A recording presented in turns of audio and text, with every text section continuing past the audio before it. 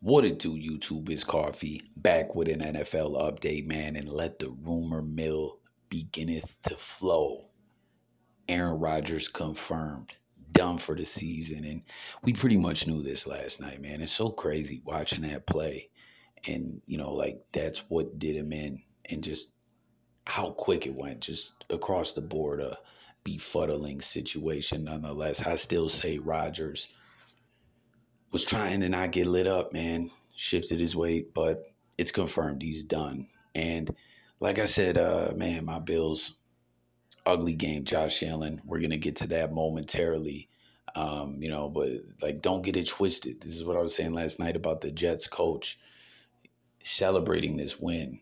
But at the same time, when he's addressing the media, like, oh man, because Zach Wilson is not the guy.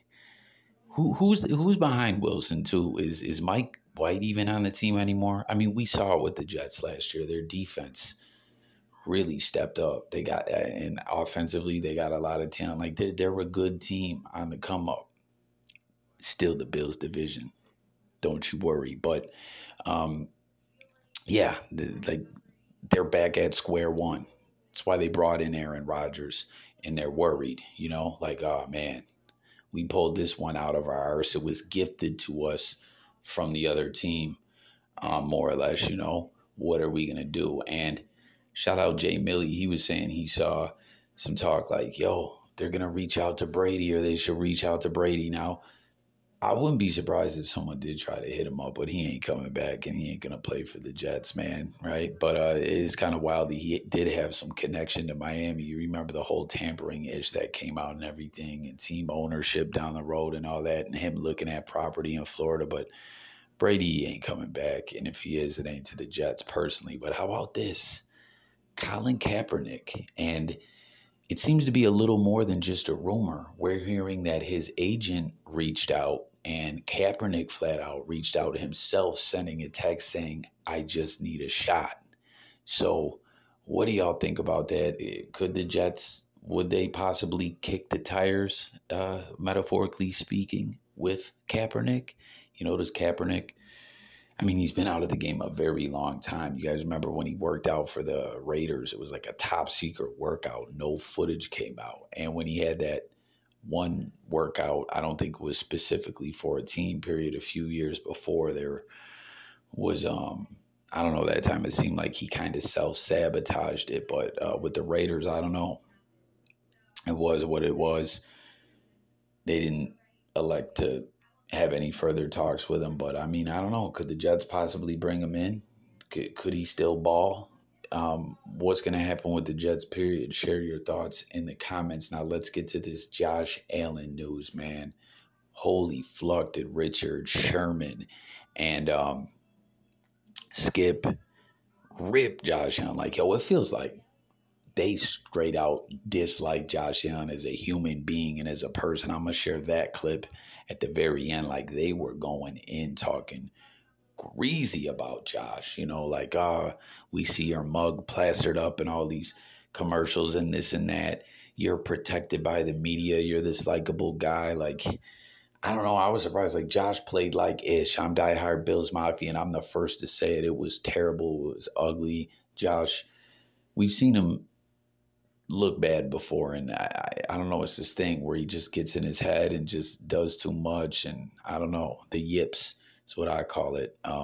You may have heard that reference before, but he's better than that, and he will play better than that. But yeah, they were just ishing on him. Again, I'll save that clip for the very end. But how about Orlovsky here? This was an interesting take, man. And, he was straight, no chaser. I love Josh. I'm a huge fan of the person as well. Last night is one of those games where you sit there and you watch it with him. If I was his coach, and I would look him dead in the eye and go, bud, we got to grow up. We got to grow up, man. We can't have this conversation all the time about when Aaron Rodgers goes down, there's one chance, one way they lose that football game. And for $250 million, it can't be because of you, dude.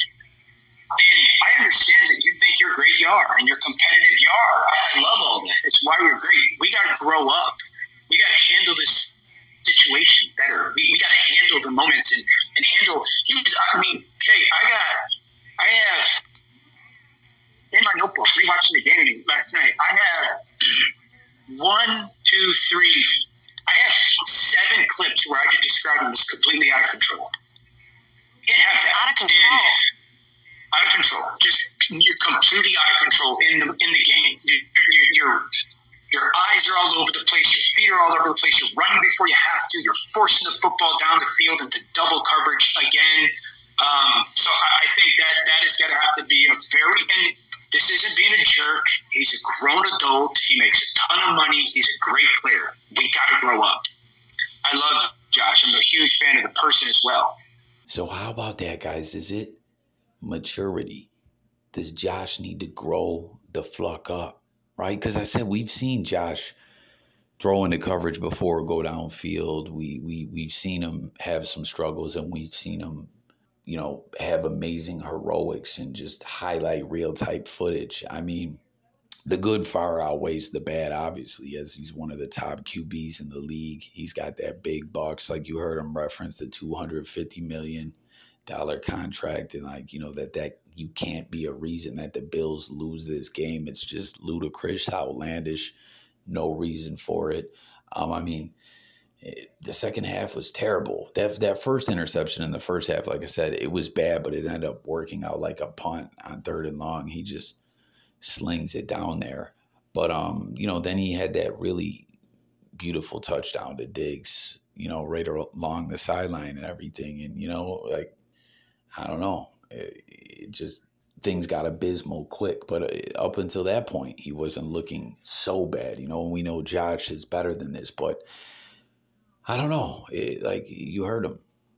7 plays, he said, where his eyes are just all over the place. He's going too fast. He's trying to run before he needs to. I mean, that fumble was ludicrous.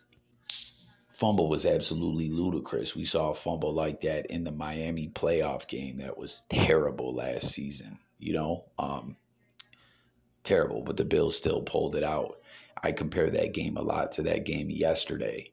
And, you know, obviously the loss to Cincinnati, I've constantly said that the Bills had problems with being emotionally just spent last year after the injuries, after the long season, after Damar Hamlin, you know, the horrible situation that we saw. God is good. He's doing better and everything. You know what I mean? Like, I don't know. I feel like Josh, it's like he wears his emotions on his sleeve, and a lot like his stress level, I feel like, has something to do with when we see him play like this. And I don't know, man, you know, like, does that have something to do with it? What's your thoughts? What does he got to be so stressed out in week 1? You know, what the fuck was going on? But I like the way Orlovsky said it, you know, because Orlovsky, comment, guys, if you rock with Orlovsky as far as a sports broadcaster, I mean, like right there, he always gives very sharp, to the point takes. He doesn't pull no punches. Like he said it how it needed to be said. But at the same time, he ain't talking greasy. You know what I mean? So let me know what you think about it all. But we will get to Sherman talking greasy to close this video out. So stay tuned for that. Subscribe to the channel for more NFL content and join the discussion in the comments. Go Bills. It's still Bills Mafia. Like, first quarter of the season over. After week 4, we'll be 3-1. And I'm not saying this will be forgotten, but you know how it is in the NFL. Week to week, it changes up so much. And, you know, Josh can go out there and get back to business, man. So is it a maturity thing? Let's talk. Here's that clip. I'm going, y'all. Peace. It's Josh Allen throwing interceptions to the Jets, and we see Oprah, you get one, and you get one, and you get one, and you He was very specific. He gave them all to my boy Jay White, earning $250,000 that day. Is that right?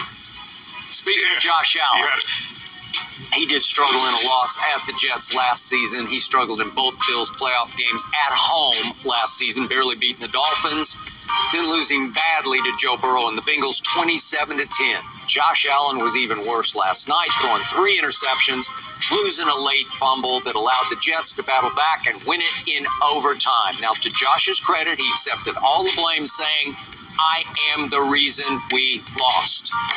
But Richard Sherman, what did last night tell you about Josh Allen? Well, it told me he is who we think he is. I mean, 84 turnovers since he's gotten into the National Football League. He had 14 interceptions in the regular season last year, 3 in the playoffs, 17 overall, then had 3 last night, so 20 since the start of 2022. It just shows he is careless with the football. He is not valuing it in the way his team needs. And the turnovers aren't even plays where you're like, he tried to thread the needle there, or man, I see what he was doing there. I don't see what he was doing. He threw it into a cover 3 safety right to him. Jordan Whitehead is a really good player. Won a Super Bowl with Tampa Bay. I played with him in Tampa Bay. Yep. But he's not known as a ball hawk. He's a hitter. He's a downhill physical safety. Yep. But he can get his hands on the football if you give him a chance like this. You keep throwing him gimmies, and he made a heck of a play on that 3rd interception. But at that point, you stay away from the guy.